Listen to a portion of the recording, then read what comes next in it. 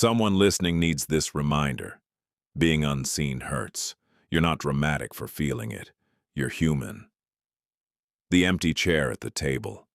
The message left unread. The plans that never included your name. It chips away softly until you're not sure you matter anymore. I am Michael. I speak as one sent to stand with the overlooked. I won't flatter you. I'll tell you the truth. Your life is not background noise in heaven. Maybe it's late where you are. Cold coffee on the counter. A quiet room. That small hush after the phone doesn't ring again. I know how long the silence can stretch.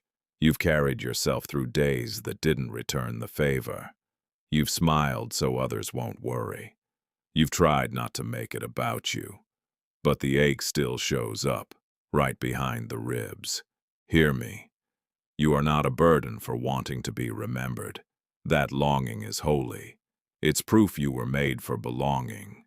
There was a woman once, pushed out into a desert because others made choices and blamed her for them. Dust on her face, no plan, no applause, no one calling her name. Her name was Hagar. In the hate, when her strength thinned to a thread, she spoke to the one who found her. Not a king, not a crowd, the Lord himself. She whispered the name that still echoes, "You are the God who sees me." Stay with that. She wasn't famous. She wasn't a prophet. She was a tired, mistreated woman who thought she didn't count. And yet, he called to her, by name, in a wasteland. You've got your own desert. It might be the break room where laughter circles around you and never lands. It might be a bed that feels too wide now. It might be the way your prayers start to sound like a voicemail you're not sure anyone checks. I'm not here to sell you a neat ending. I'm here to put steel in your hope. Hagar walked back into a hard situation, but not empty. She walked with a word in her bones. I am seen. That word didn't erase the sand. It gave her a compass. It turned her steps into a story, not a mistake. So take this quietly. You are noticed on days nothing moves. Every breath you take has weight. He keeps count of your tears like a careful ledger, not to shame you, but to show nothing is wasted. I've stood watch over battlefields and bedrooms. The fiercest wars I've seen are fought with no witnesses, just a person and their thoughts at 2 a.m.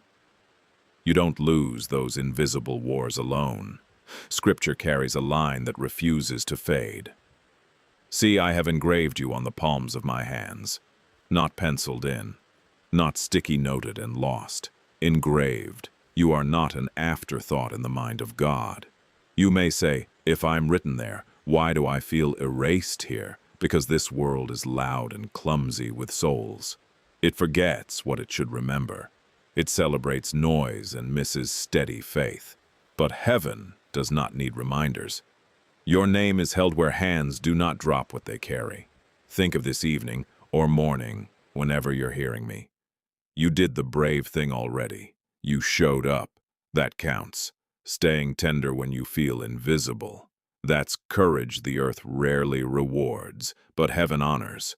Let me tell you something you won't always feel, but is still true. Your presence shifts the room. Not because you're perfect, but because you bring the image of the one who made you. You bring a listening ear, a kind word, a patience others lean on without knowing it. Even when they don't say, thank you. Another story flickers in the background. A boy, no one invited to the ceremony because he smelled like fields and sheep. They forgot him. God didn't. When the time came, the door opened from the outside, and they called his name. That boy was David. He didn't need to push it open. He only needed to be ready when it swung toward him. You don't need to claw for your place. Live ready. Keep your heart clean, your hands honest. Let faith be quiet and stubborn. If you need something to do right now, try this. Put a hand over your heart. Breathe in for 4 counts. Hold for 4. Let it go for 4. And as you breathe, say this to the one who listens. I'm here. Please meet me here. That prayer is enough tonight and tomorrow. Make one small move that honors your life. Write your own name on your calendar and keep the appointment. Step outside and let the morning touch your face. Text one person who might also feel set aside and say, "Thinking of you." It will seem small. It won't be. I'm not promising every person will suddenly remember you. I am promising your worth does not wait on their memory. When Hagar said, "You are the God who sees me," she didn't become a different woman in an instant. She became the same woman with a different center. You can do that. You can carry a center that doesn't wobble every time someone forgets to include you. And if it feels like your prayers drift, hear mine over you now. I ask the Lord to quiet the storm that keeps replaying old wounds. I ask Him to return to you what neglect tried to steal: sleep, laughter, expectation. I ask Him to place a sign where you can't miss it in the days ahead. Not fireworks, just a kindness with your name on it, arriving at the right moment so your heart can exhale. You are held in more ways than your senses can measure. You are guarded in places no one claps for. You are important in a kingdom that doesn't calculate importance the way our world does. If your heart is heavy, tell me one word below what you're praying for today. I read more than comments. I read battles.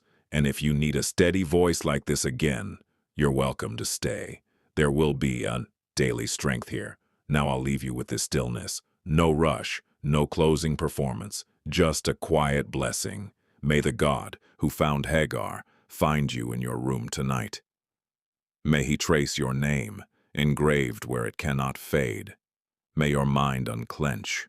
May your pulse slow. May hope sit beside you like a dear friend who isn't in a hurry. I am here, and you are not forgotten.